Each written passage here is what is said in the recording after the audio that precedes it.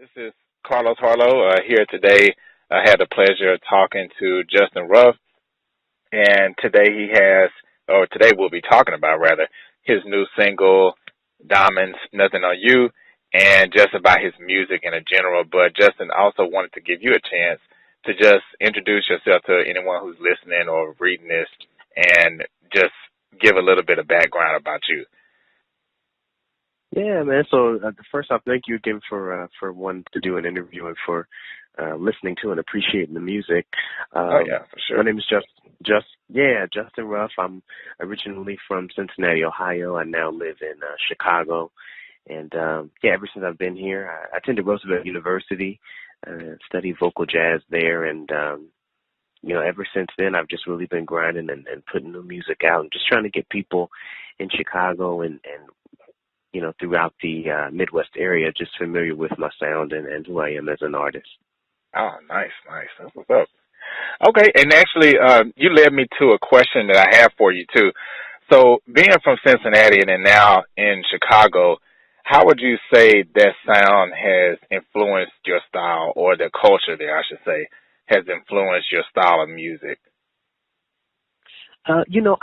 I'm still pretty true to who I am as an artist. I'll say that the because Chicago is so much more fast paced than Cincinnati, I've had to really lock in on things a lot quicker and develop things a lot quicker than I would in Cincinnati, being that the music scene there isn't what it used to be back in the day. So it's still the same sound, but definitely evolved over time just from different experiences, working with different artists out here that have a different perspective than I did in Cincinnati. So I would say that it's still the same, but it's been influenced by the individuals and just being here in general.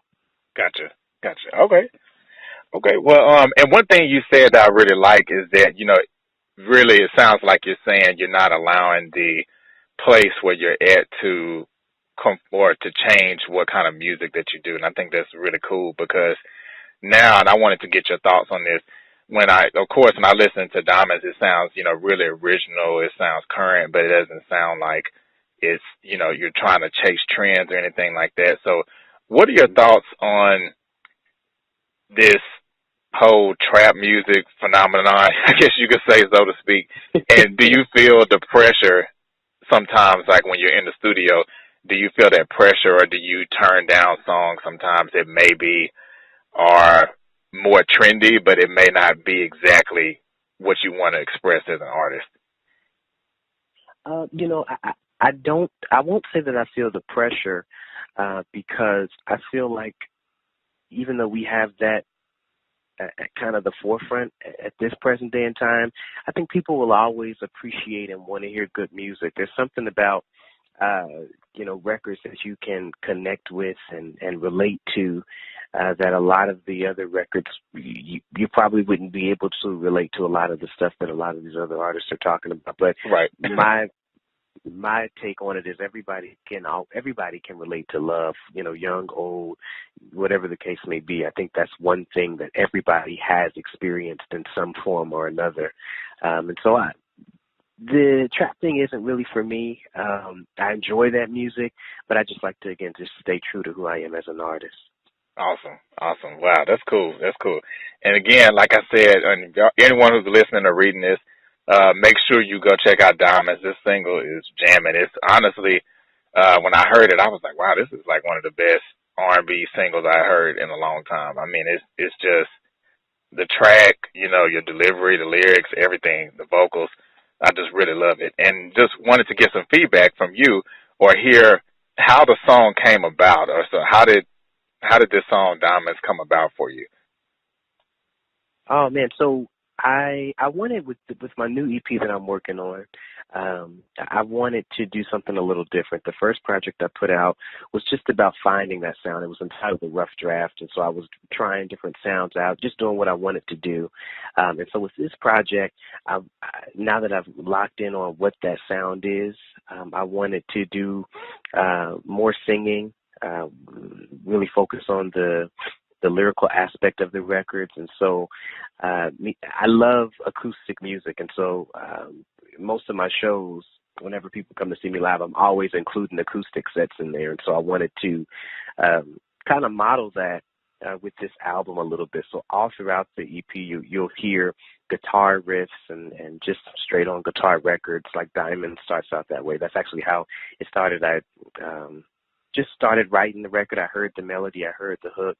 I knew what I wanted it to sound like, and so I got with my guitarist, and we came up with the basis of it, and then we sent it off to a couple of producers just to kind of hear what their ideas were as far as building around that, and then it just came to life from there. Wow. Okay.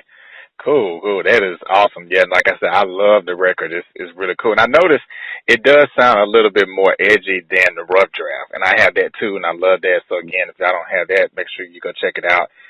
But I do like that there's that progression there, and it does sound a little bit more edgy than the songs on the Rough Draft to me. Definitely. Oh, cool. And then another thing I wanted to ask too, like, is when you're performing live, is there one thing? Because I always like to hear this from artists.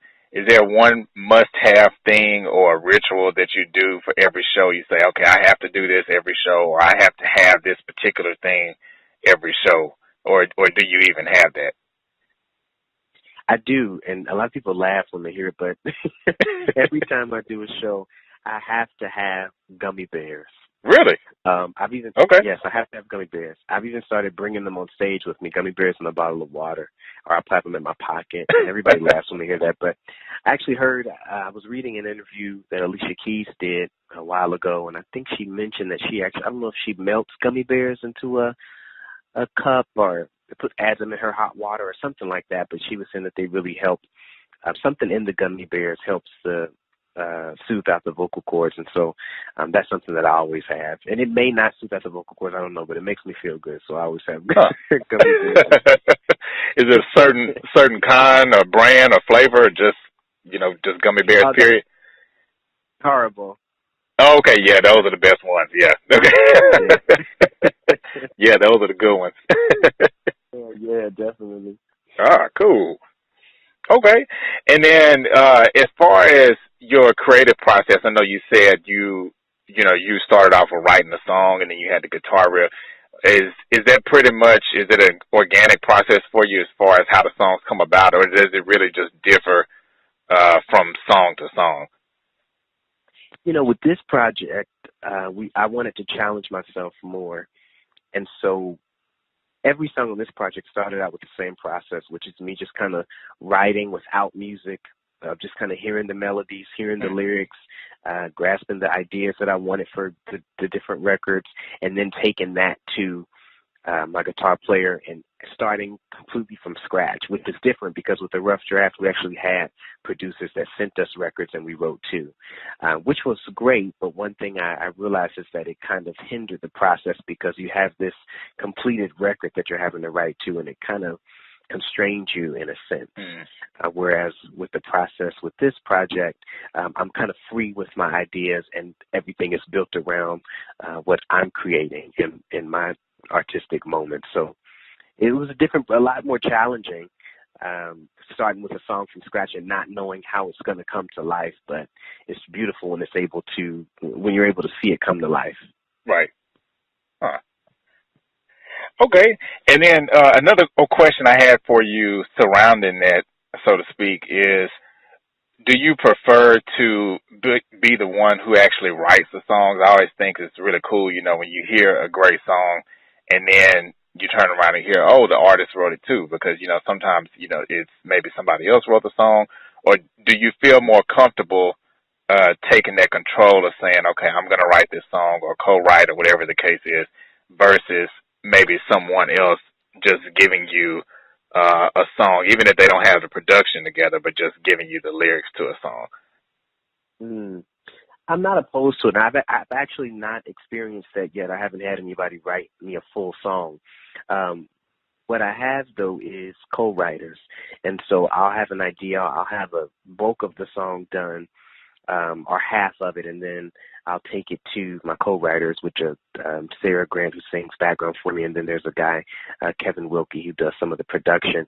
And then I'll get with them just to kind of get those different perspectives, because a lot of the times when I'm writing, it comes from a one-sided perspective. But I think it's great when you have other people who have had different experiences but can relate, kind of put their insight on it as well. And then it just becomes a record that it touches even more people than you would have imagined, because now you have different perspectives surrounding this one record.